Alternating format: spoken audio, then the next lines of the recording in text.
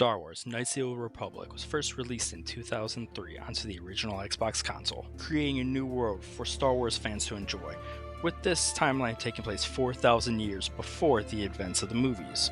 The success of this first game eventually resulted in a sequel being made, Star Wars Knights of the Republic 2, The Sith Lords, which was created in 2004. The game released with positive reviews from critics, ranging from 80 to 90% positive reviews, and receiving general good result from the community, in spite of the fact that it was rushed and there was a lot of content that was cut in order for it to reach its pretty quick release date. Back in October of 2017, Microsoft decided to make both games, KOTOR 1 and KOTOR 2, available to the Xbox One via the backwards compatible program. And on November 11, 2021, the Nintendo Switch version was released. On June 8th of 2022, Knights of the Republic 2 was made available on Nintendo Switch, which led limited run games to run a collector's edition for that specific game, Knights of the Republic 2. Like most things on limited run games, there's a specific window in which you can pre-order things, and for this specific game it ended in the month of October of 2022. Now, you might find some on third-party sites such as eBay, maybe Mercari, something along those lines, but you might be thinking to yourself, is it worth it to buy it? Well, I bought it so you don't have to, and we're going to be going over whether or not this was worth the money in today's video. The Sith Lords Master Edition, which was able to be purchased both on the PC and on Nintendo Switch. And that came with a multitude of things, including a physical copy of the game itself, a T3M4 USB drive, the Collector's Edition box, as well as the Master Edition box, a bunch of character concept arts, as well as a Korriban concept art lithograph, a Goto enamel pin, a Commander Room coin, 3-inch Darth Nihilus miniature replica hilt, a two-sided reversible poster that is 18 inches by 24 inches, premium foil hardcover strategy guide, a Pizak playing mat, a 2-player Pizak deck, as well as a certificate of authenticity. Now, before we start looking at everything that we got, the unboxing of it, if you will, there's one thing that we need to note, which is that there were two different versions of this available for purchase, the Master's Edition and the Premium Master's Edition. We ended up going with the Premium Master Edition because we like to go big, and it came with everything that Master's Edition did, plus more, and we will go over that in a little bit. So without further ado, let's get right into it. The first thing to discuss is the actual box that it came in itself, which is marketed as its own Collector's Edition box. As you can see here, it is just a box, a nice box, but still a box. Nothing too special about it. You can see on the front of it, it's got the basic cover art of the game itself, and on the back of it, it just goes into a little bit of detail of the game. Nothing too groundbreaking or crazy there, though it does have a little note for what all comes in the Master's Edition, which is what we're going to be looking at. And that's a good thing to have on it. That way, if you're missing anything, you don't have to rummage around on it. It has it all right there, and you kind of know exactly what you're getting. Upon opening the box and going further into the contents inside, we open it up and we see that everything is pretty well packaged. Just nothing just floating around loosely. It's all got nice, good packaging, which is a good thing for limited run games to do. That's their bread and butter, is making sure everything gets there and gets there good. So it's a good thing they have that. And first thing we're going to end up pulling out is the strategy guide. So as you can see here, the strategy guide, it's a hardcover book on both sides, and the cover art of it is a picture of the Handmaiden. And opening up, it's pretty straightforward. It's broken into, at each different level, it's broken into the crafting, how to craft different things, powers, it goes into builds. It's pretty straightforward. And then, of course, on the back of it, it has a picture of one of the main Darth Lords in the game, Darth Nihilus. He's the one with the mask that you see on the cover, and the mask that's pretty synonymous with the game itself. After that, we pull out that replica of Darth Nihilus' lightsaber. Now, it doesn't seem like there's any real functionality to this, other than it could be a pretty cool paperweight, but it's still a pretty cool replica to have. It's made out of a pretty hard metal, and it's about the size of my middle finger. Not really sure what you would do with this other than putting it on display, but it's still something that's kind of cool to have.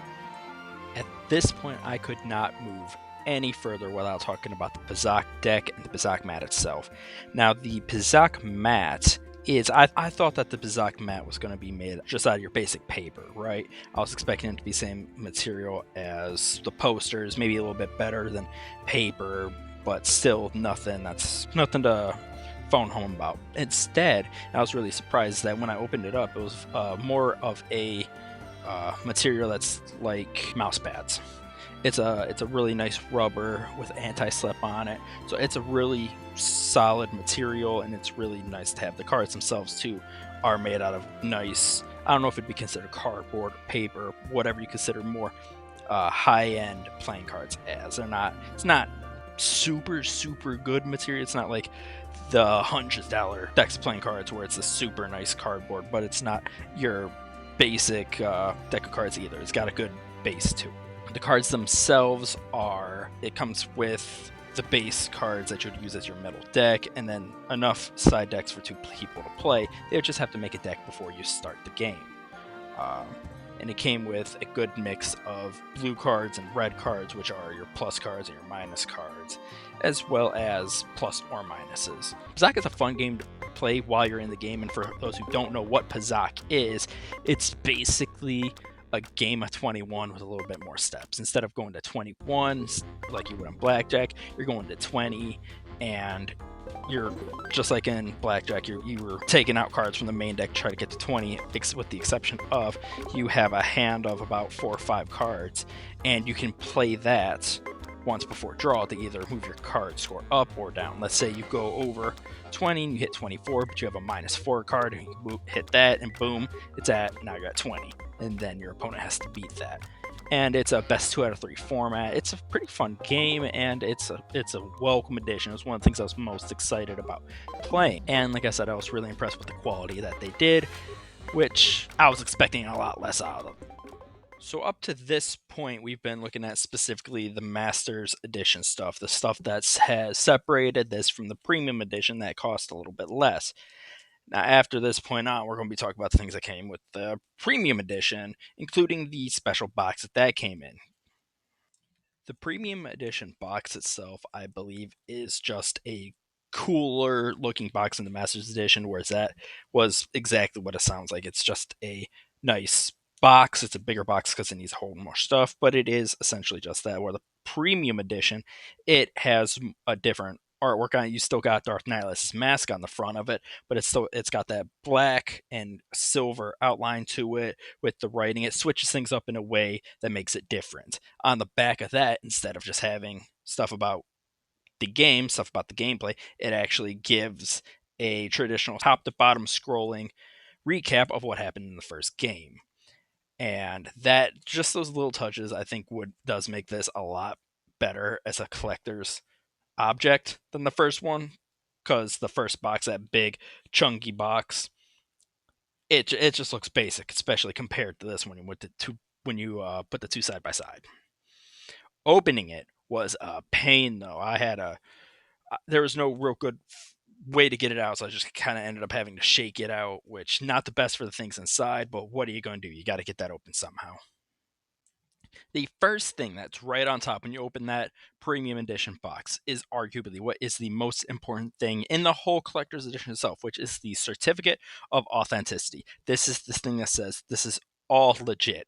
This is not made secondhand. It's not bought off the internet. This is officially from Limited Run Games, and it is officially licensed. So if you were ever to go and resell the box, that is the thing that proves it. Now you can see that my number is 645 out of 1,775.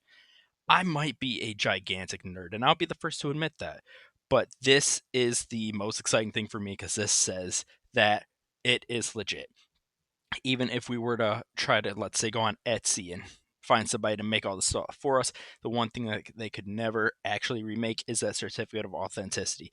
And of course, we see Darth Nihilus' mask in the background of it, just kind of staring at you with those blank eyes. And it's just something to make things more official. After we look at the Certificate of Authenticity, next thing that we're going to be looking at is the 6 different concept cards that came for the 6 different characters in the game. We have Atan, Handmaiden, Visas Mar on the top row, and then in the bottom row we have Darth Sion, Bao-Dur, and so I'm going to be honest. I don't know who this last one is in the bottom right here. It could be Darth Treya, like a younger version of her. It could be Kriya, who I know that's the same person, but I don't really know who they're going for with this. If you have any ideas or you've already played the game and you know who that's trying to reference, let me know in the comments because I'm actually stumped. As far as the 6 cards themselves go, they are concept art, so it's going to be a little bit different from the actual characters in the game themselves, but they're still decorative, they can still be displayed, and it's a high enough quality where you won't have to worry about them looking bad or just bringing down the overall quality of the room. Now for the next thing, I'm going to be combining 2 into 1 just for time purposes and because they're the same concept, essentially. The first one being the Goto enamel pin, and the second one being the coin that comes with it. So the Goto pin, as you can see, it's just a pin of the droid that Goto talks through, and through my playthrough, it was never explored whether or not Goto was the droid or somebody else talking through the droid. That's probably because I wasn't playing as a Sith character, so you might actually know more about that than I would, and please educate me, I'd love to know. But the Goto pin, it says Goto right on the bottom, which is the name of the droid, and overall, it's just what you expect from a pin. As for the coin, it does have some weight to it. I would say it's about maybe half a pound to a pound or so. So on the one side of the coin, it has that number 7, which looks like just pretty much the currency sign for the currency that's used on it. Around that, you can see that it has another language written, so I don't know exactly what that says, but it's just to denote that that is a credit for the Republic. And on the back of it, when you flip it over, it has the basics: Star Wars, Knights of the Old Republic, both the pieces together. It's just a nice little thing to round it out. Again, simply decorative in nature, nothing we can really do with that. If you're a big pin collector, though, the Goto one is of a higher quality. It's very pronounced and will fit in with any collection, and the coin is just what you would expect. It's not really more than what you see there, but still, it's got some pretty good weight to it, and it's not cheaply made. Moving on to that reversible poster that was 18 inches by 24 inches.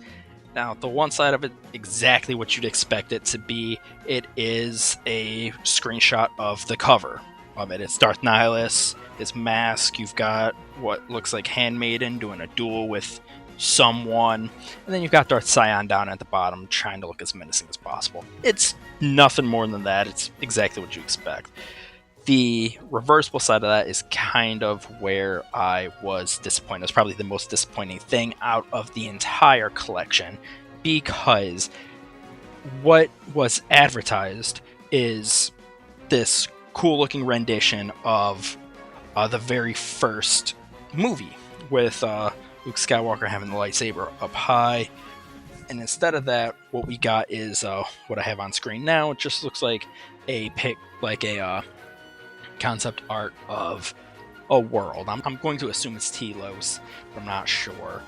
But I would have really liked that concept art of the exile being the Luke Skywalker and kind of going that route. The poster, it's just a poster. There's nothing fancy to it, but it is still something that comes with it. So something that's good to talk about, something that's good to have. It's just a little bit extra.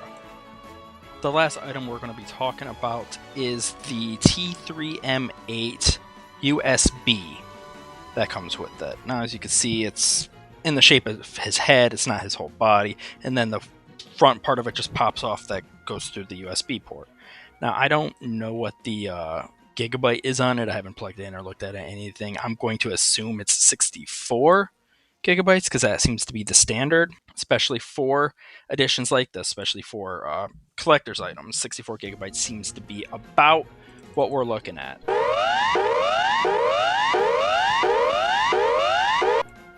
Wait a minute, I've been bamboozled. Well, kind of. Upon further investigation of the T3M8 USB, which I initially said I assumed would be 64 gigabytes, upon doing further research to see how much a 64 gigabyte USB would cost, I wanted to verify that it was 64 gigabytes. So I plugged it into the computer, booted it up, and it came with a README file and the game, Star Wars Knights of the Old Republic 2, installed on it, which was about 3 gigabytes. And after that, it only had about 300 megabytes left. So its real purpose is to hold a digital copy of the game. Now, if you remember, I did say that it came with a physical copy and a booklet. So it's kind of just doubling down on something we already had, which loses the practicality purpose. You could delete the game off of it and just use it as a USB, but with 3 gigabytes, it's not really holding a whole lot. So that's kind of sucks a little bit, but it's still a cool decorative figure to have, and it's a cool way to actually house the game itself. It's just unfortunate that it doesn't have more of that practicality purpose for it. It doesn't have something you can actually use it for. But it's still a cool collector's item to have. So that is all the content that comes in the Master Edition of Star Wars Knights of the Old Republic 2. Now, it did also come with the game and the booklet that came with it, just like in olden days when we'd get like a little informational booklet. It came with one of those as well.